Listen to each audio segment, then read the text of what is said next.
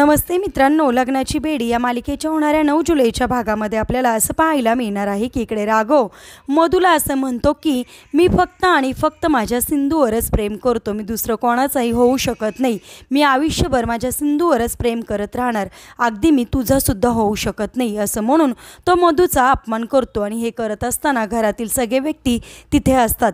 त्यानंतर राघव म्हणतो की चव्हाण मॅडम आत्ताच्या आत्ता आतमध्ये या आणि या मधूला बेड्या ठोका, जिने माझ्या सावीला किडनॅप केलं, ज्या व्यक्तीने माझ्या बायकोला म्हणजे सिंधूला जिवंत मारण्याचा प्रयत्न केला, अशा व्यक्तीला आत्ताच्या आत्ता बेड्या ठोकून इथून घेऊन जा। हे ऐकल्यानंतर सगळ्यांनाच धक्का बसतो। आता खरोखर हे मधूचं स्वप्न असेल का खरोखर राघवने आता मधूला बेड्या ठोकल्या असतील, कारण सिंधूनेच आता सगळं सत्य राघव समोर तर आणलं नसेल ना।